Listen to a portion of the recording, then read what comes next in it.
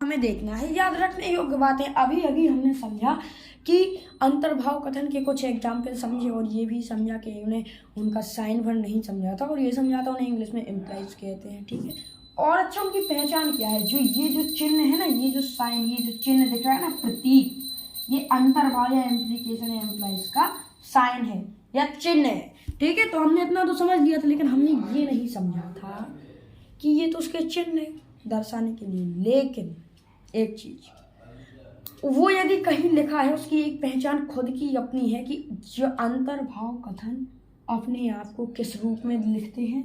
यदि P तो Q, यदि P तो Q, ये जो है ना, ये इनकी खुद की पहचान है। यदि P तो, जहाँ ये पूरा लिखा मिल जाए, समझो अंतर्भाव कथन की बात चल रही है। अंतर्भाव कथन, इसको बोलते हैं अंतर्भाव कथन की बात, यानी समझो वहाँ अंतर्भाव कथन के बारे में कुछ बता रहा है, क्योंकि ये उसका लिखा हुआ साइन है। यदि यही कहीं लिखा है तो समझो कि वो अपने आप के बारे में बता रहा है। यदि P तो अच्छा, अब देखो हमसे क्या कहा गया है।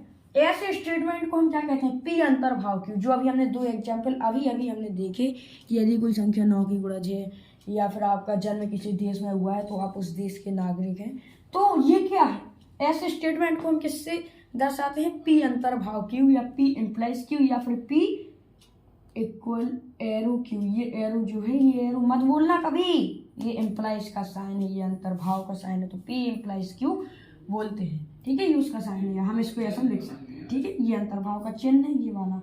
ठीक है, यह अंतर्भाव का चिन्ह है। और अच्छा, अब क्या है, याद रखिए, हाँ ये बातें आपको बिल्कुल याद रखनी है, एक्सरसाइज में बहुत काम आएंगी। यदि P तो Q, हाँ वही, यानी अंतर्भाव कथन।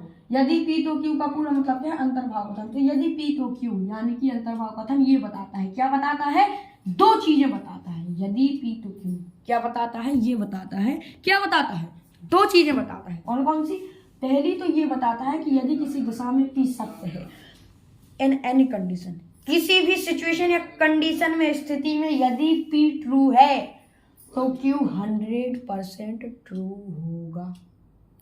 Q 100% ट्रू होगा। परंतु but if in any condition, यदि किसी भी सिचुएशन में, किसी भी स्थिति में P फॉल्स है, P असत्य है, P सत्य नहीं है, तो Q के बारे में कुछ नहीं कहा जा सकता। Q के बारे में कुछ नहीं कहा जा सकता। ये बात बिल्कुल सच है। ना तो हम ये बोल सकते कि P सत्य, ना हम ये बोल सकते P असत्य। दोनों हो सकते हैं, दोनों हो सकता है Q। यदि P सत्य नहीं है तो दोनों हो सकता है। ठीक है, इसके बाद हमने इसके कुछ एग्जाम्पल लिए, अब इसके भी एग्जाम्पल लेने हैं। अब इसके बाद हमें देखना है इसके कुछ कथन। अब हमें देखना है कॉन्ट्रापोजिटिव एंड कन्वर्स। तो कॉन्ट्रापोजिटिव एंड कन्वर्स के लिए भी हमें दोबारा से एक कुछ एग्जाम्पल लेने पड़ेंगे, 4 या 5, उसमें कॉन्ट्रापोजिटिव एंड कन्वर्स भी क्लियर हो जाएगा। कॉन्ट्रापोजिटिव स्टेटमेंट या प्रतिधनात्मक कथन, आपको याद होगा मैंने जब शॉर्ट डाला था, मैंने आपसे कहा था जो लंबे हेडिंग है उनको मैं शॉर्ट में निपटाऊंगा, तो मैंने शॉर्ट बना डाला था कॉन्ट्रापोजिटिव एंड कन्वर्स पे, प्रतिधनात्मक और विलोम पे। तो आपको पता है कि कॉन्ट्रापोजिटिव स्टेटमेंट क्या है। हमने आपको बताया था कि प्रतिधनात्मक कथन जो है निश्चित रूप से कुछ अन्य कथन है। आप कहोगे कैसे, तो जब हम ये एग्जाम्पल अभी आगे बढ़ेंगे तो आपको खुद पता चल जाएगा। अच्छा, ये जो कॉन्ट्रापोजिटिव स्टेटमेंट है, इनमें हम वाक्यांश यदि तो, एक ऐसे स्टेटमेंट जिनमें यदि तो का प्रयोग हुआ है, जिनको हमने अभी अभी समझा है, उनसे बनाया जाता है कॉन्ट्रापोजिटिव स्टेटमेंट को। फॉर एन एग्जाम्पल, एक उदाहरण के लिए हमने क्या किया, इसका लिया एक यदि तो वाला ही। इसको समझने के लिए हमें वाक्यांश यदि तो वाला उदाहरण लेना है। हमने ले लिया, कौन सा लिया, हमने कहा कि यदि फलाना है, फलाना क्या है कि भौतिक वातावरण में परिवर्तन होता है। यदि भौतिक वातावरण में परिवर्तन होता है तो जैविक वातावरण में भी परिवर्तन होगा। हमसे कहा गया कि यदि तो वाले पूरे यहां से लेके यहां तक, इसका क्या बनाइए, कॉन्ट्रापोजिटिव बना के दिखाइए, या प्रतिधनात्मक कथन में इसको बदलिए, चेंज कीजिए। क्या करेंगे हम कहेंगे भैया इसमें कोई बड़ी बात नहीं है, हम इसका कॉन्ट्रापोजिटिव स्टेटमेंट खड़े खड़े बना देंगे। कैसे बनाएंगे हम खड़े खड़े, अभी एक मिनट में देखो। हमने क्या किया, हमें क्या करना है, अब आपको ये चीजें याद रखनी है। जो ये बाद वाला स्टेटमेंट है जो तो से शुरू होता है, पहले हमें उसको लिखना है, पहले वाले को नहीं लिखना है। हमें लिखना है कि जैविक वातावरण में, आगे सुनिएगा आप, जैविक वातावरण में, जैविक वातावरण में यदि जैविक यदि भी लगा देना है, जहां तो है वहां यदि लगाकर उसके आगे का लिखना है। वातावरण में परिवर्तन नहीं होता, हाँ होता है नहीं लिखना है, नहीं होता है।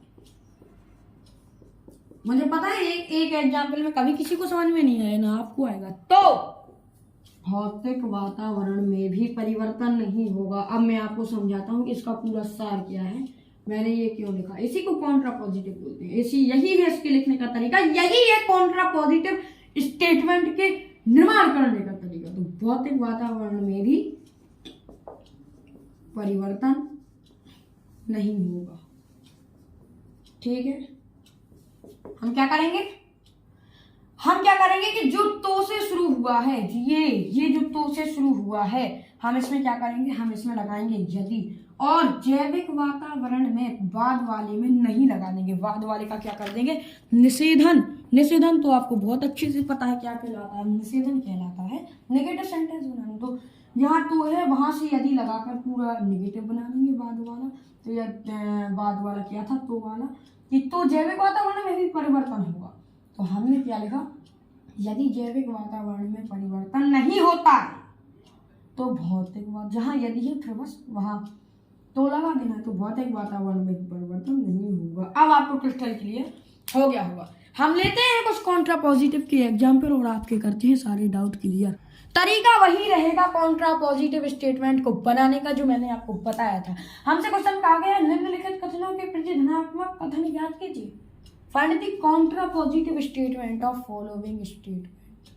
कैसे करेंगे, अभी आप कहेंगे कि तुमने तो साले लिखा ही नहीं, तुमने तो लिखा ही नहीं है क्वेश्चन में कि कौन से स्टेटमेंट का कॉन्ट्रापॉजिटिव स्टेटमेंट ज्ञात करना है। तो बॉस मैं लिख रहा हूँ, ठीक है।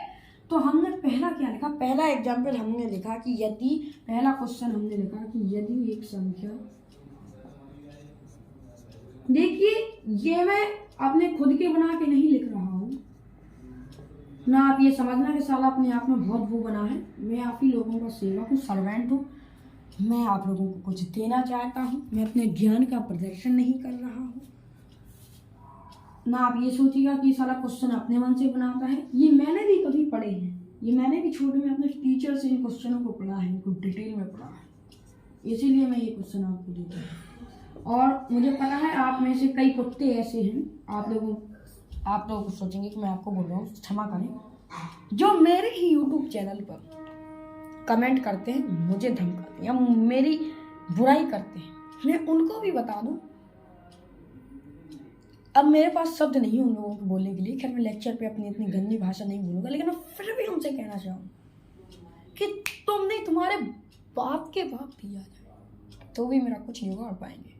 ऐसी ऊपर वाली की गॉड की कृपा, नहीं तो ये संभव नहीं था कि मैं इतनी कम उम्र में 11th की मैथ पढ़ाने लगता। तो याद रखना, यदि वो कुत्ते, जिस कुत्ते ने हमारे यूट्यूब चैनल पर कमेंट किया था, उसका नाम था यूजर 3GF, उसको मैं फिर से बताना चाहता हूँ, अपनी औकात में रहना, नहीं तो छील देंगे हम तुमको। चलिए,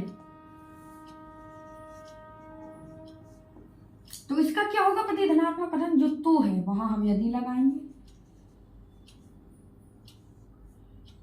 कोई संख्या, बस यहां तक तो सही है।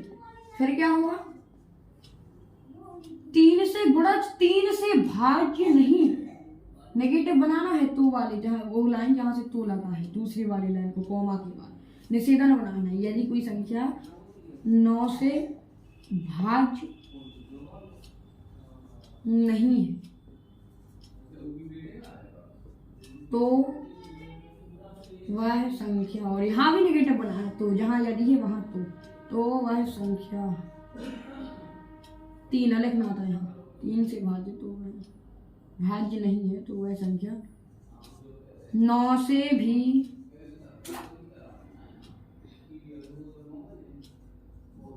भाज्य नहीं होगी।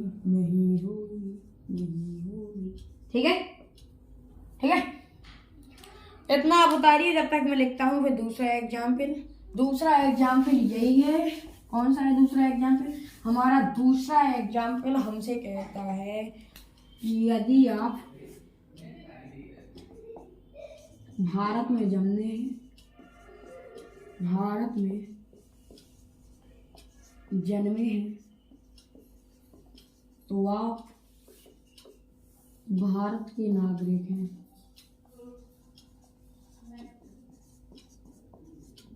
अब आप लोग सोच रहे होंगे कई तो कि साला कैसे ये इजी चैप्टर पढ़ा है, खटरा खटरा कठिन नहीं बनते। तो फ्रेंड्स मैं वो भी डालूंगा अभी वीडियो, क्योंकि मुझे टाइम नहीं मिल पा रहा है, नहीं तो मेरे लिए कुछ कठिन है ही नहीं। यदि कठिन ही होता तो काहे को ऐसा दिल में जुनून लगता। तो दूसरा एग्जाम्पल क्या है? यदि आप भारत में जन्मे हैं तो आप भारत के नागरिक हैं। इसका क्या होगा Contra positive statement? Please get out, बाहर निकलो।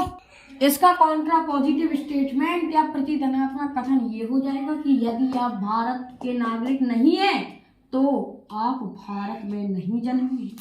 यदि आप भारत के नागरिक नहीं है तो आप भारत में नहीं जन्मे हैं। अब कहाँ जन्मे हैं? अमेरिका में जन्मे हैं, रूस में जन्मे हैं, वो मुझे नहीं पता, वो तो आप ही को पता होगा। क्षमा करें, ठीक है। तो ये दूसरा एग्जाम्पल हो गया। अब क्या है? अब हमारा तीसरा एग्जाम्पल, यदि एक त्रिभुज समबाहु है तो वह समद्विबाहु भी है। तो इसका क्या होगा Contra positive statement?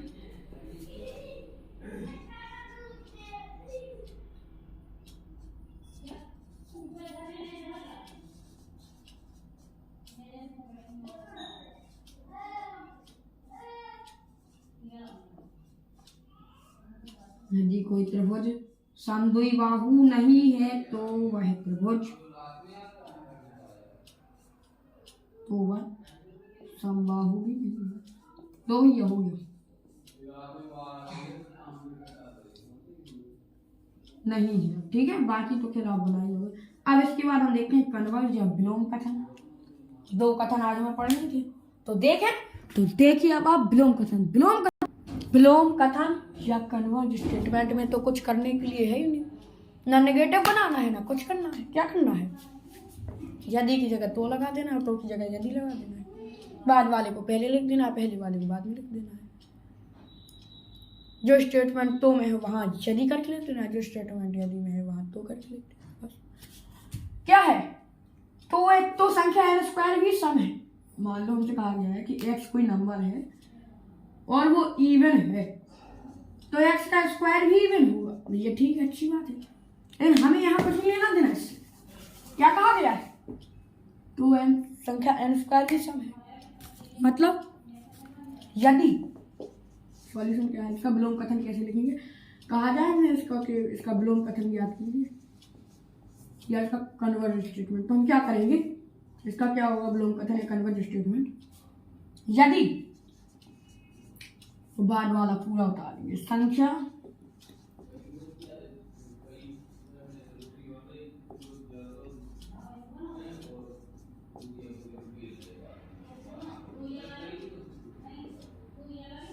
n square सम है। यदि संख्या n स्क्वायर सम है, बाद वाला यदि करके लिखिए, तो पहला वाला तो करके लिखेंगे, तो संख्या n भी सम है। अब देखिए मेरे पास भी टाइम नहीं है, मुझे एक जगह जाना है, तो मैंने एक एग्जाम्पल ली थी। अब हम ढेर सारे क्वेश्चन की वीडियो लाएंगे इस चैप्टर पे आगे चल के तो बताएंगे। तो ये है क्या? Converge statement. चलो ठीक है, मैंने सोचा एक एग्जाम्पल और देते ही चला जाऊं। यदि आपने सभी प्रश्न पुस्तिका में हल किए हैं तो आपको ग्रेड ए मिलेगा। इसका विलोम कथन बाद वाला लिख दो यदि करके। तो यदि आपको ग्रेड ए मिला है तो यदि की जगह तो आपने सभी प्रश्न पुस्तिका में हल किए। मैं नमन दीक्षारिया इसी क्वेश्चन के साथ आप सभी से विदा लेता हूँ। अगले लेक्चर में हम स्टैटिस्टिक्स चैप्टर के इंट्रोडक्शन के साथ मिलेंगे और दिग्गज इंट्रोडक्शन के साथ मिलेंगे। लोलू पोलू इंट्रोडक्शन नहीं होगा। मीन, मोड, मीडियन, इन सभी चीज़ों के बारे में फुल डिस्कशन होगा और जितना मुझसे हो सकेगा मैं आपको अच्छे से आपका डाउट क्रिस्टल क्लियर करूँगा।